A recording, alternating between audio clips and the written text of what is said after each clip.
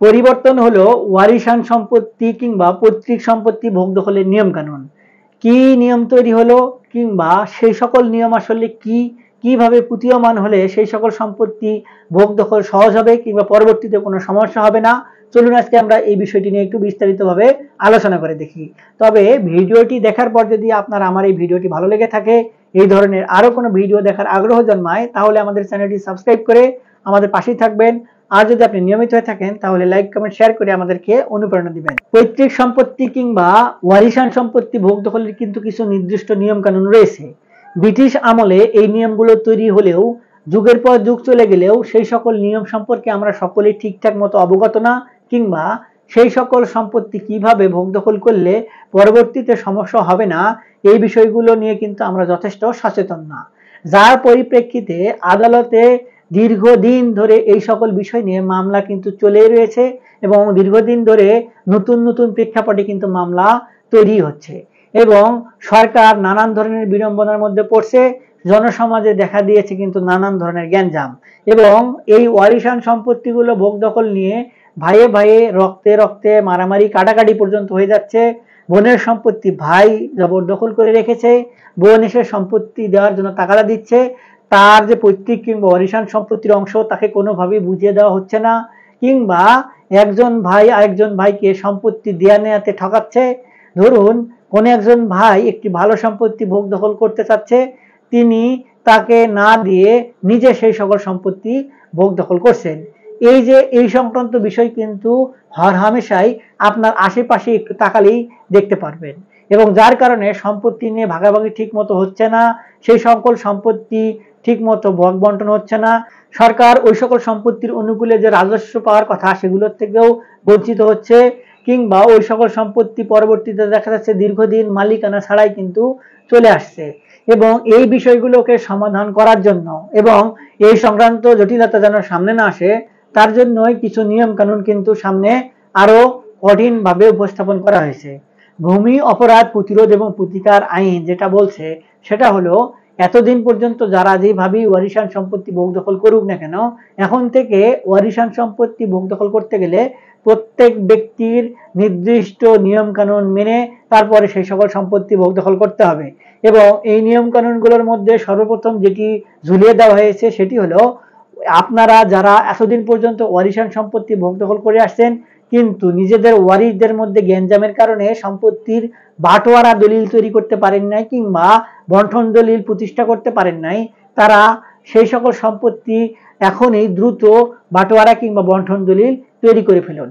কিংবা সামনে যারা সম্পত্তির ভোগ দখল মালিকানা অর্জন করতে চাচ্ছেন কিংবা ওয়ারিশান সম্পত্তি পৈতৃক সম্পত্তির মালিকানা পেতে যাচ্ছেন তাদের জন্যও কিন্তু স্পেসিফিক ভাবে নির্দেশনা দেওয়া হয়েছে যে আপনারা আপনাদের ওই সকল নির্দিষ্ট সম্পত্তির অনুকূলে যদি নিজেদের ওয়ারিশদের মধ্যে, অর্থাৎ কোন ভাই কোথায় সম্পত্তি কিভাবে নিচ্ছে, বোন কতটুকু সম্পত্তি পাচ্ছে, তিনি কোথায় কিভাবে পাচ্ছে, তার ওই সকল সম্পত্তি নিতে কোনো আগ্রহ আছে কিনা কিংবা তার কোনো অভিযোগ আছে কিনা, এই সকল বিষয় সমাধান করে তারপরে একটি স্ট্যাম্প পেপারে এই সকল ভাগ বাটোয়ারা বিষয় সংক্রান্ত স্বাভাবিক যে আপোষনামা সেটি লিপিবদ্ধ করে ওয়ারিশান বন্টন দলিল হিসেবে কিন্তু তৈরি করতে হবে। শুধু তৈরি করলেই হবে না এবং নিজেরা যেন পরবর্তীতে পাল্টি খেতে না পারে সেজন্য সেই সম্পত্তি সকলে মিলে গিয়ে ওই দলিলটি কিন্তু আবার রেজিস্ট্রেশন করতে হবে এবং এই রেজিস্ট্রেশন করার পরে নির্দিষ্ট একটি সময়ের মধ্যে সকলকে কিন্তু সুযোগও দেওয়া হবে যে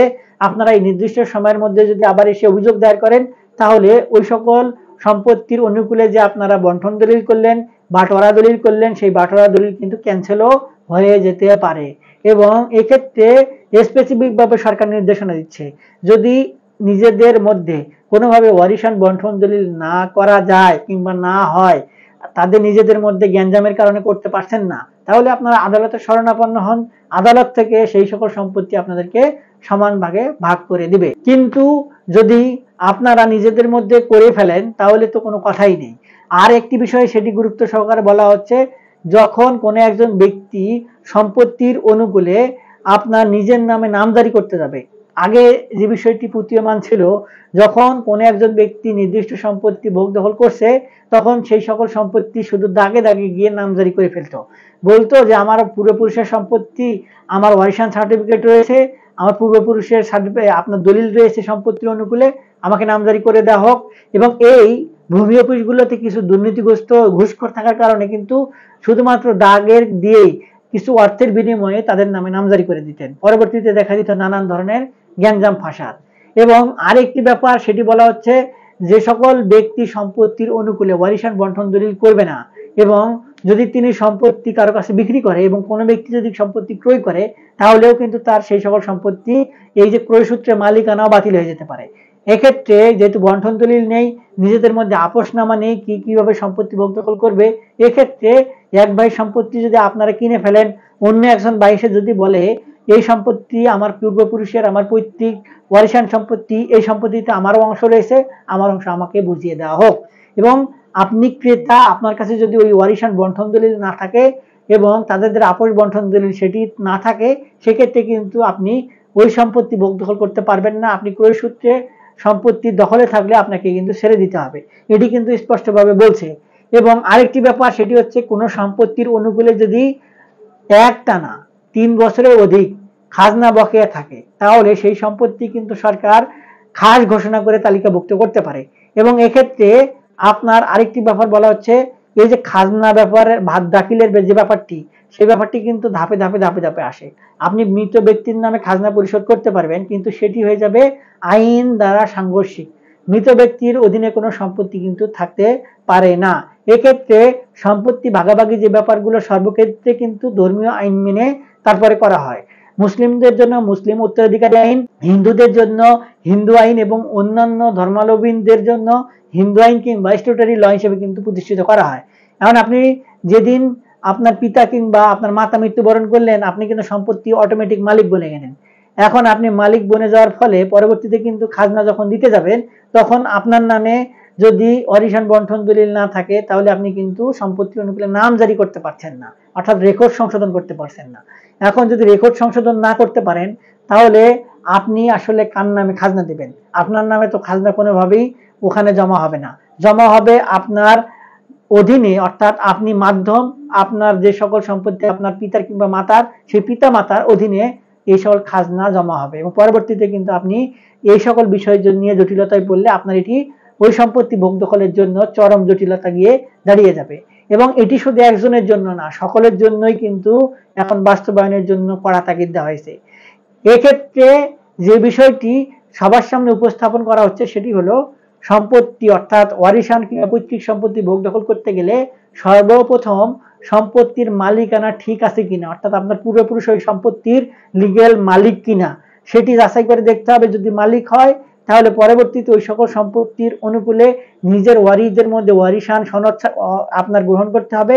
সেই ওয়ারিশান সনদ অনুযায়ী সকলকে সঠিকভাবে আইন দ্বারা যেভাবে ভাগ বন্টন করার দরকার, সেভাবে ভাগ বন্টন করে একটি বটরা দলিল বা বন্টন দলিল তৈরি করে পরবর্তীতে সেই দলিলটি রেজিস্ট্রেশন করতে হবে। এবং রেজিস্ট্রেশনের পর ওই দলিল দিয়ে আপনাদের রেকর্ড সংশোধন কিংবা নামজারি বা খারিজ যেটি বলে সেটি করতে হবে। দেন আপনার হোল্ডিং নাম্বার খুলে আপনি যে সম্পত্তি ভোগ দখল করছেন, যে দাগে ভোগ দখল করছেন, ওই দাগ অনুযায়ী আপনাকে কিন্তু খাজনা পরিশোধ করতে হবে। তাহলেই আপনি কিন্তু সম্পত্তির অরিজিনাল মালিক, এবং এক্ষেত্রে আপনার আর কোনো কিন্তু সম্পত্তি ভোগ দখলে বাধা থাকবে না। আশা করি আপনারা বিষয়টি সম্পর্কে একটু হলেও ধারণা পেয়েছেন। আর যদি এই সংক্রান্ত বিষয় নিয়ে আরো কোনো সন্দেহ থাকে, কিন্তু আমার কথা বিশ্বাস না হয়, তাহলে আপনারা একজন ভালো আইনজীবীর পরামর্শ গ্রহণ করতে পারেন। আজকে এ পর্যন্তই, দেখা হবে সামনে নতুন কোনো ভিডিওতে। ততদিন পর্যন্ত ভালো থাকবেন, ধন্যবাদ।